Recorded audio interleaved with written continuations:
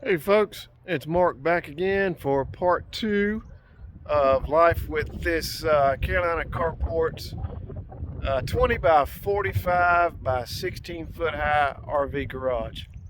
A little windy today, but I'll get started with how the RV fits in it and some issues I've had and some recommendations. So yep, this thing was completed in August 2004. I had a driveway poured kind of to match it, kind of blended into my other driveway here. Also had electric ran to the building. Had to pay an electrician to install the box there, the meter box, and I kind of did the rest. We'll look at that in a minute. Had to add these rock around the perimeter. That's because I couldn't really find anybody to add guttering to the top to these metal structures, and every time it rained it would just splatter that mud all over the side of the building. So I added the rock. Had to rock around my house, so added that. If you see around the base there, I tried to fill some gaps with some spray foam that was marketed to be gray and okay for outdoor use, but it turned yellow. And it did a so-so job. I used that where the gap was pretty excessive, and everywhere else where the gap closed up, I used some Sikaflex construction sealant. You can see where I started using that, kind of right there. But and then here's my outdoor panel here. Kind of right there, you can see how the mud splatters up on here, where I don't really have trouble in the back, but it still gets it.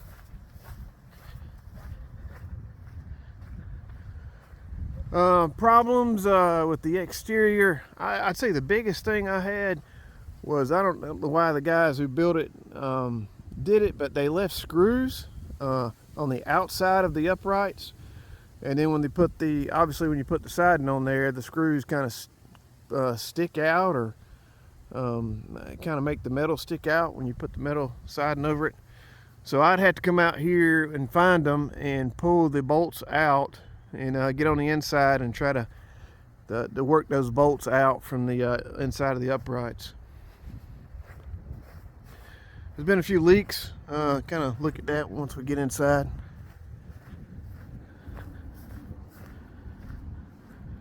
Another fairly aggravating problem is this gap in the header seal, or in the header. I tried to put a seal on here. I kind of worked with J-Core, I think was the company, J-Core Incorporated. They got a kind of online retailer for the brush style header seals, and I tried to mount one up there, and every time I would get it up there and it would bind the door up. Door wouldn't come back down. So they had me trim it up, and I trimmed it down to 3 inches. I started with a 4-inch seal, and it's still binding the door. I got Carolina Carports scheduled to come back out.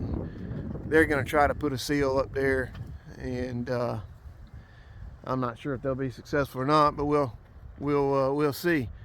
One thing I can add about that is, if you need to get them back out to your job after construction, make sure you got lots of patience, because they do not come quickly. All right. But yeah, overall, I mean, some of the siding could have been cut and fit a little bit better. You can kind of see right here where the gap got big, and from a very tight gap, and it got kind of big. Stuff like that allows water and bugs to come in if you can't seal it up. So here's a look at the garage with my RV in it. I got a Georgetown 364 TS. So yeah, it's about 36 foot long. Pretty tall one, but you can see there's plenty of room in this 20 by 45 with this 14 foot door, 14 by 14. Plenty of room in there. Walk in there and take a look around. Yep, so leak wise, I've had leaks. You can kind of see the dampness there around the door. I'm not sure where it's coming from or how it's coming in, but it's getting under the seal plate there, and I have leaks there. Obviously, these front doors are going to leak, or these big bay doors, until you get a header seal on there, and you can see I got some dampness there where it's coming under that seal. One thing I noticed, they put these things up pretty fast, and when they ask you to look at it before they leave, you don't really have a whole lot of time to really go over it. I found some shortcuts they took, and right up there above that door on the exterior side, and there's like a whole square where you can't really see it that's missing siding, and I'm gonna have to fill that in somehow or another. I found some bracing that was kind of missing or kind of halfway did. But I think that's contributing to this water coming down through here. I have some water too that somehow or another is getting on the back, under the back here. I don't know if you can see that. It's got to be coming between the siding somehow, because I have this all sealed up. So yeah, that's leaks. Another significant problem I have is humidity. So I have a humidity gauge in here, and today it is at 68%. You can see it's been as high as 80%. And well, humidity is not good inside of a building. It makes things rust and can cause other kind of aggravating issues. I'm attributing this to this header, this gap I have up there because of this missing header seal. I got about it's a little over 3-inch gap when the door is closed. That thing shrinks up to about 1 inch when it's open. Working with J-Core, they think the door was installed wrong. They think it should have been a little higher so the curtain falls closer to the header when the door is closed. So yeah, like I said, I had Carolina Carports scheduled to come back out for that, and we'll see what they do to fix it. But I think with all that free flowing air from that 3-inch gap, 14-foot wide door is just bringing all that humidity inside the structure here. Even though I did fully insulate this garage, and I taped the seams. One thing I'll say about taping these seams is make sure you wash the insulation off before you put the tape on, else the tape will just come unstuck. I've had to retape several joints already from where I didn't wash it initially, and the tape just didn't stick, and it come undone. I had to redo it. So yep, I did electrify the interior here. I got 2 switches. I did it all myself. I ran it in conduit. But anyways, there's 2 switches there controlling 2 banks of lights, and these are Hyperlights. You can go on hyperlight.com, and they'll give them your dimensions of your structure, and they'll actually give you a plan of what you need, the size, style, and where you need to place them. And I followed that to the T. So I have 6 total.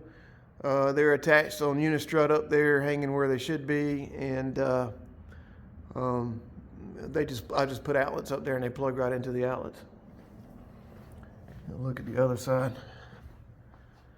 Yeah. And then along the walls, I put 20 amp outlets. They're on GFCI breakers.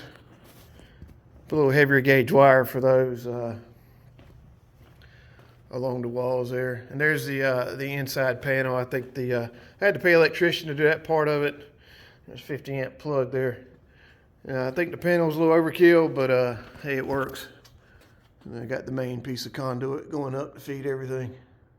I kind of ran everything overhead to keep as much out of the way around the belt line as I could.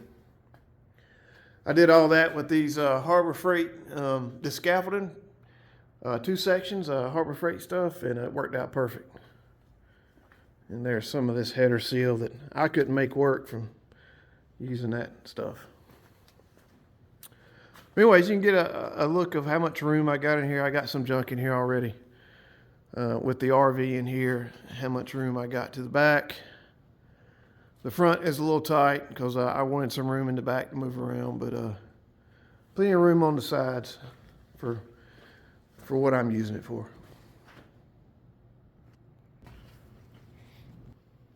So for that humidity problem, I did pick up this commercial dehumidifier. I haven't installed it yet because I'm kind of waiting to get the header seal issue straightened out, but I'm going to try that and see if I can cut down the humidity in here just a little bit. Back to construction a little bit. This back wall, I kind of wish I would have had them put some cross braces in here.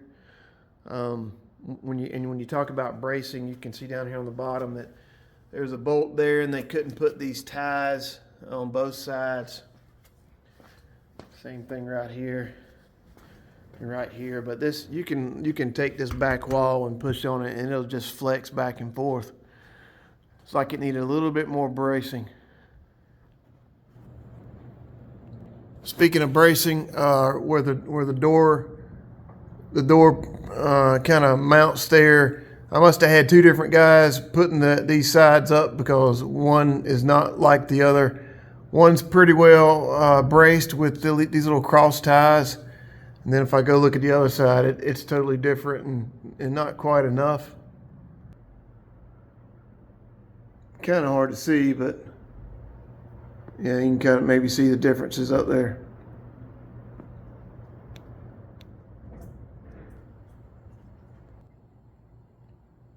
Quick look at the inside of my panel here.